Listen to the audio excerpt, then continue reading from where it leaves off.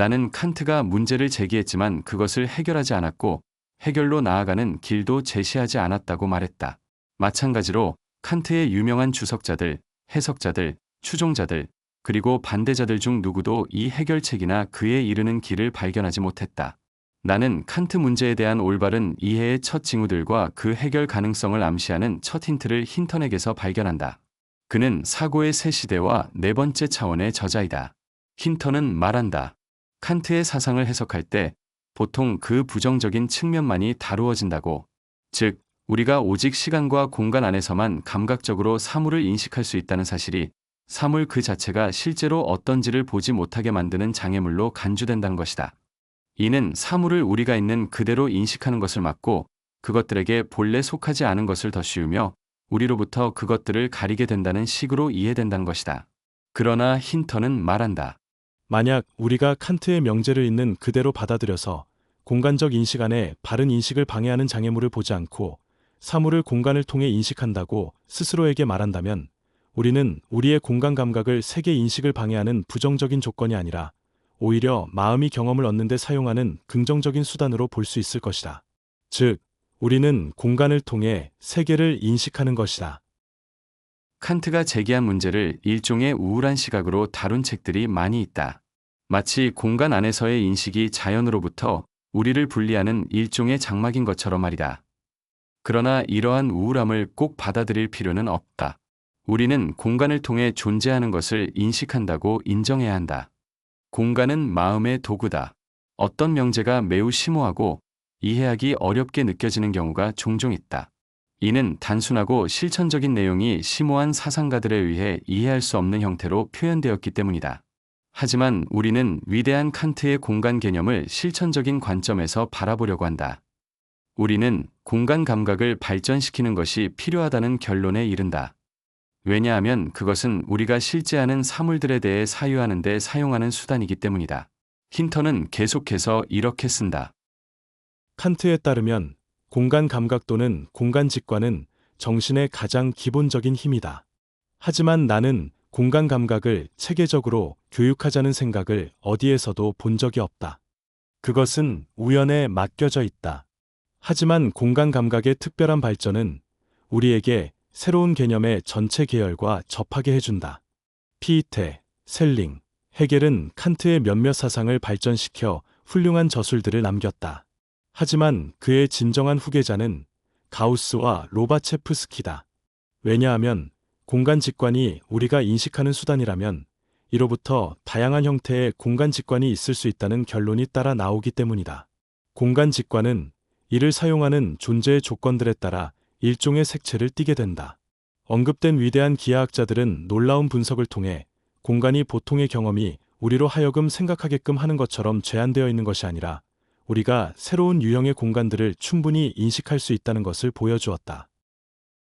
힌턴은 여러 색깔의 정육면체들을 활용한 일련의 훈련을 통해 공간 감각을 훈련하고 발전시키는 복잡한 체계를 고안하였다. 이 체계에 대한 설명이 앞서 언급한 그의 저서들에 담겨 있다.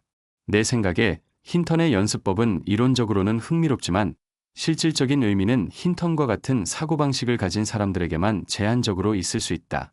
힌턴의 체계에 따른 지성훈련은 우선 사물을 눈으로 보는 방식, 즉 원근법적으로가 아니라 사물을 있는 그대로 기하학적으로 상상하는 능력을 발전시키는 것으로 나아간다. 예를 들어 정육면체를 즉시 모든 방향에서 상상할 수 있도록 습관화해야 한다.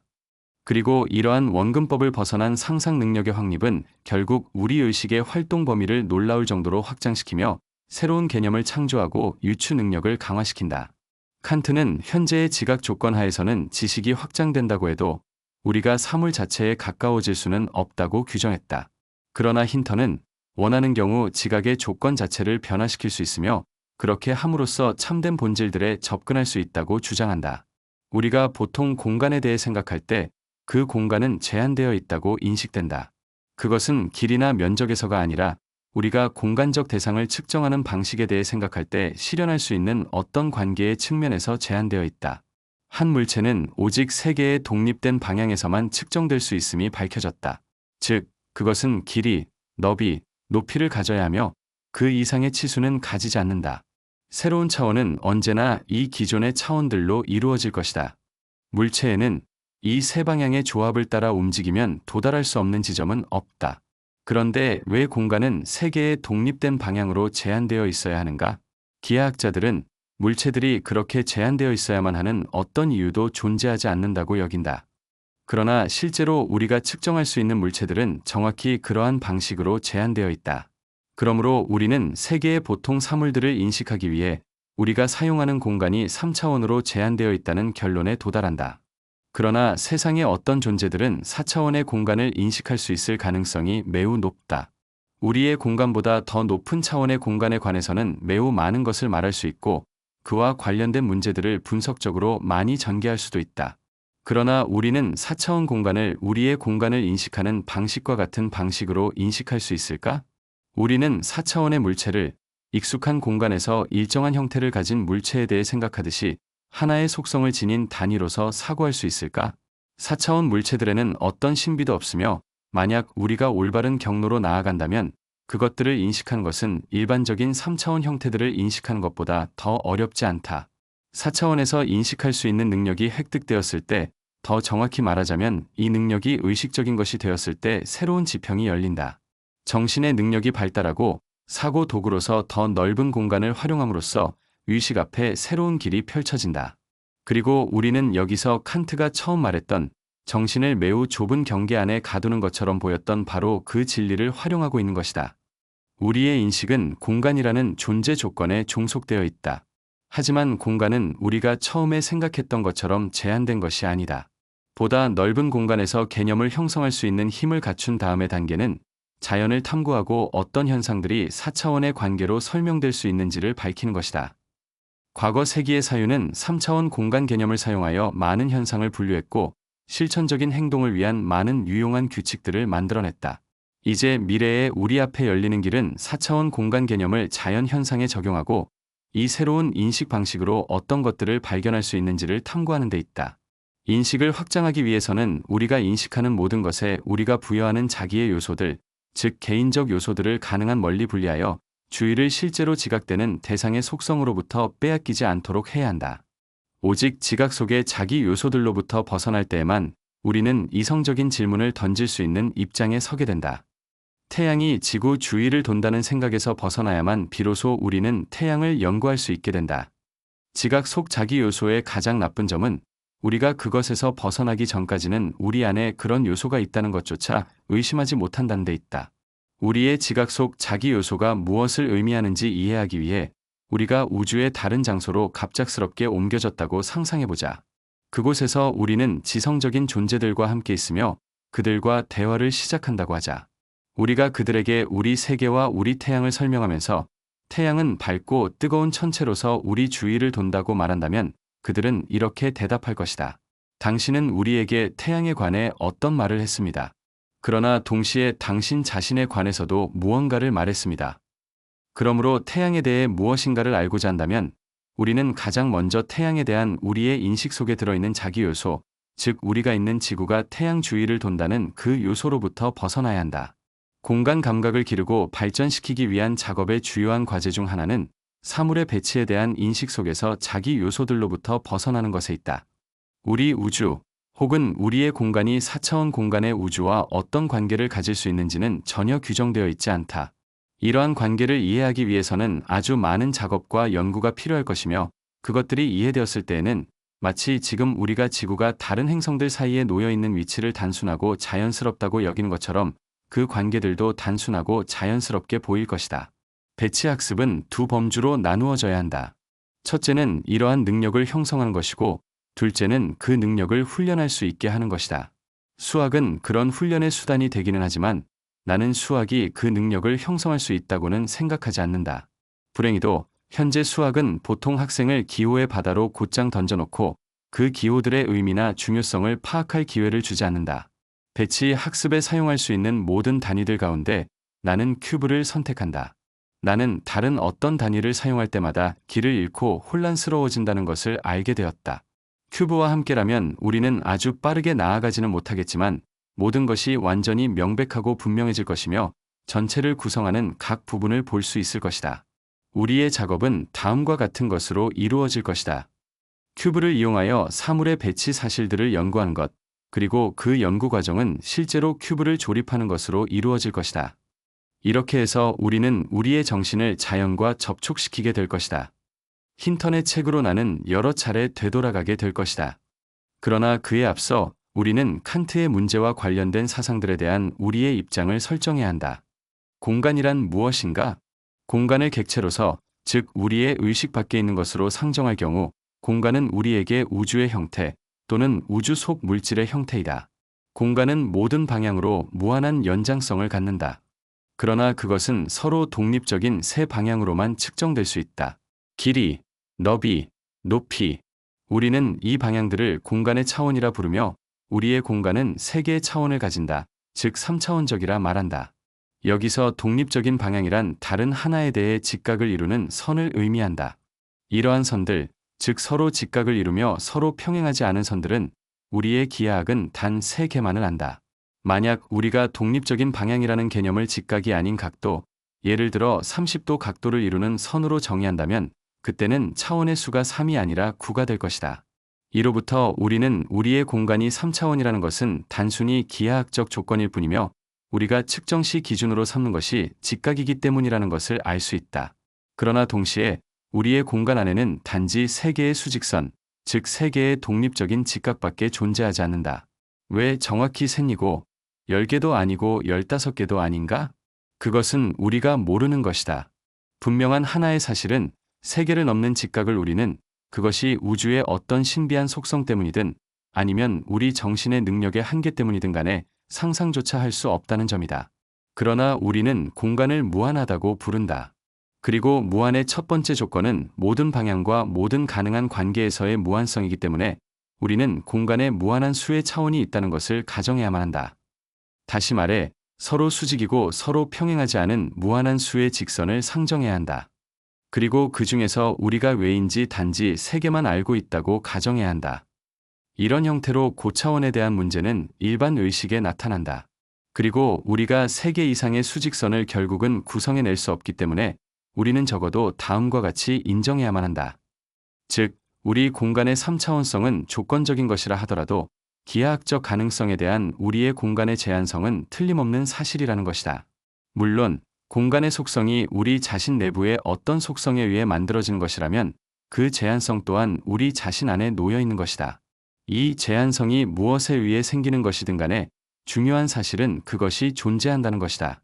우리는 공간의 차원수를 그 안에서 가능한 서로 직각을 이루는 직선들의 수로 정의한다. 직선 위에는 다른 직선이 놓일 수 없다. 이것은 1차원 공간이다. 평면 위에는 2개의 수직선이 가능하다. 이것은 2차원 공간이다. 공간에는 3개의 수직선이 있다. 이것은 3차원 공간이다. 네 번째 차원이라는 개념은 기하학적으로 알려진 3가지 차원 외에 우리가 어떤 이유로 접근하거나 알 수 없는 네 번째 차원이 존재할지도 모른다는 가정에서 비롯되었다. 즉, 우리가 알고 있는 3개의 수직선 외에도 신비한 네 번째 수직선이 가능할지도 모른다는 생각이다. 실제로 이 가정은 다음과 같은 사고에서 비롯된다. 세상의 많은 것들이 명백히 실제하고 있음에도 불구하고 길이, 너비, 높이로는 전혀 측정할 수 없다는 사실 말이다. 우리는 다음과 같은 것을 실제로 존재한다고 간주할 수 있다. 어떤 작용을 일으키는 것, 알려진 기능을 가지는 것, 다른 어떤 것의 원인이 되는 것. 존재하지 않는 것은 어떤 작용도 일으킬 수 없고 기능도 가지지 않으며 원인이 될 수도 없다. 그러나 존재에는 여러 가지 종류가 있다. 물리적 존재가 있으며 그것은 알려진 종류의 작용과 기능을 통해 인식된다. 그리고 형이상학적 존재가 있으며 그것 역시 그 나름의 작용과 기능을 통해 인식된다. 집도 존재하고 개념도 존재한다. 그러나 그것들은 같은 방식으로 존재하지는 않는다. 집의 존재를 증명하는 것과 개념의 존재를 증명하는 데에는 서로 다른 증명 방식이 적용된다. 집은 물리적 사실이고 개념은 형이상학적 사실이다. 물리적 사실과 형이상학적 사실은 둘 다 존재하지만 존재하는 방식은 다르다. 형이상학적 사실, 즉 개념이 존재한다고 증명하려면 나는 그것의 가능성을 증명하면 된다. 그것만으로도 충분하다. 그러나 집과 같은 물리적 사실은 그것이 존재할 수 있다고 내가 증명하더라도 그것이 실제로 존재한다는 것을 의미하지는 않는다. 그리고 우리의 개념에 대한 태도와 집에 대한 태도는 완전히 다르다. 집은 일정한 노력으로 파괴할 수 있다. 불태우거나 부수면 집은 존재를 멈춘다. 그러나 개념을 파괴해보라. 그것에 더 많이 맞서고 논박하고 반박하고 조롱할수록 개념은 더욱 커지고 확대되고 강화된다. 반대로 침묵, 망각, 아무것도 하지 않음, 저항하지 않음은 개념을 파괴하거나 최소한 약화시킨다. 침묵과 망각은 집에 해를 끼치지 않고 돌에도 해를 끼치지 않는다. 집의 존재와 개념의 존재 방식이 서로 다르다는 것은 분명하다. 이렇게 서로 다른 존재 방식들을 우리는 아주 많이 알고 있다. 책이 존재하고 책의 내용이 존재한다. 악보가 존재하고 그 속에 담긴 음악이 존재한다. 동전이 존재하고 동전의 구매력이 존재한다. 단어가 존재하고 그 안에 담긴 에너지가 존재한다. 우리는 한편으로는 일련의 물리적 사실들을, 다른 한편으로는 일련의 형이상학적 요소들을 본다. 첫 번째 범주의 사실들도 두 번째 범주의 사실들도 존재하지만 존재하는 방식은 다르다. 보통의 실증주의자에게는 동전의 구매력을 동전과 분리해서 말한다든가, 단어의 에너지를 음성과 분리해서 말한다든가, 책의 내용을 책과 분리해서 말하는 것은 매우 순진하게 들릴 것이다. 그들은 이것이 그저 그렇게 말하는 것일 뿐이며 실제로는 구매력도, 단어의 에너지도, 책의 내용도 존재하지 않으며 우리는 이 개념들로 단지 동전, 단어, 책과 일정 방식으로 연결된 일련의 현상들을 나타내고 있을 뿐이며 본질적으로는 완전히 별개의 것이라고 한다. 그러나 정말 그런가? 우리는 아무것도 주어진 것으로 받아들이지 않기로 했고 따라서 아무것도 주어진 것으로 부정해서도 안 된다. 공간으로 돌아가서 우리는 어쨌든 그 정의의 미지의 것들을 도입하지 않아야 한다. 우리는 그것을 우리가 처음에 인정하기로 결정한 두 가지의 주어진 것들에 의해 정의해야 한다. 세계와 의식, 이것은 우리가 존재한다고 인정하기로 결정한 두 가지 사실이다. 우리는 세계를 우리의 감각들의 원인인 미지의 것들의 결합이라 부른다. 우리는 물질적 세계를 특정한 일련의 감각들, 시각적, 청각적, 촉각적, 후각적, 미각적, 무게감, 질량감 등의 미지의 원인들의 결합이라 부른다. 공간은 세계의 속성이거나 혹은 세계를 인식하는 우리의 인식 능력의 속성이다. 3차원 공간은 물질 세계의 속성이거나 혹은 물질 세계를 지각하는 우리의 인식의 속성이다. 문제는 이 공간이라는 것을 어떻게 연구할 것이냐 하는 것이다. 우리는 사물들 속에서 외적인 것 이외에 어떤 내적인 것을 본다. 우리는 이 내적인 것이 사물들의 불가분의 일부, 보통은 그 주된 본질을 구성한다는 것을 안다. 그리고 우리는 매우 자연스럽게 자신에게 묻는다. 이 내적인 것은 어디에 위치하는가?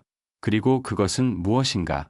우리는 이 내적인 것이 우리의 공간 안에는 포함되지 않는다는 것을 본다.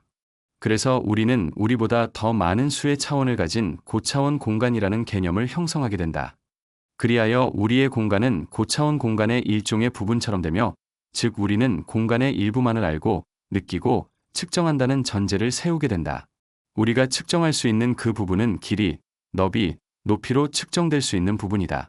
이전에 말한 바와 같이 우리는 보통 공간을 우주의 형태 또는 우주 내의 물질의 형태로 간주한다. 이를 설명하기 위해 입방체는 입방체 속의 물질의 형태이며 구는 구 속의 물질의 형태이며 공간은 전체 우주 속의 물질의 형태, 즉 무한한 구형이다 라고 말할 수 있다. 블라바츠키는 그녀의 저서 비밀교회에서 공간에 대해 다음과 같이 말한다.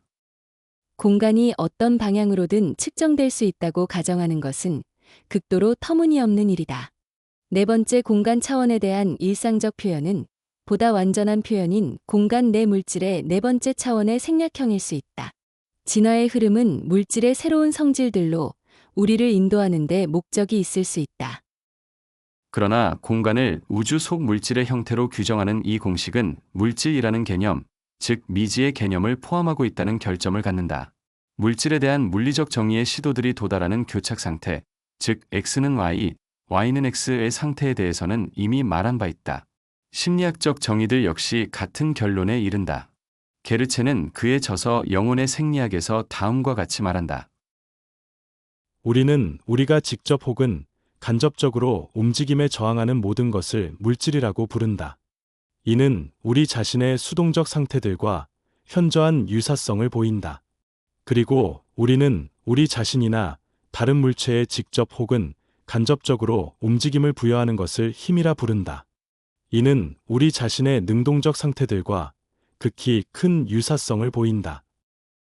여기서 물질과 운동은 마치 우리의 수동성과 능동성 상태의 투영처럼 보인다. 그러나 수동적 상태는 능동적 상태를 통해서만 정의할 수 있고, 능동적 상태는 수동적 상태를 통해서만 정의할 수 있다. 결국 서로를 정의하는 두 미지수를 다시 만나게 되는 것이다.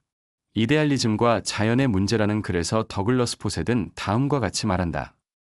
물질은 힘과 마찬가지로 우리에게 아무런 문제도 주지 않는다. 우리는 그것에 대해 모든 것을 알고 있다.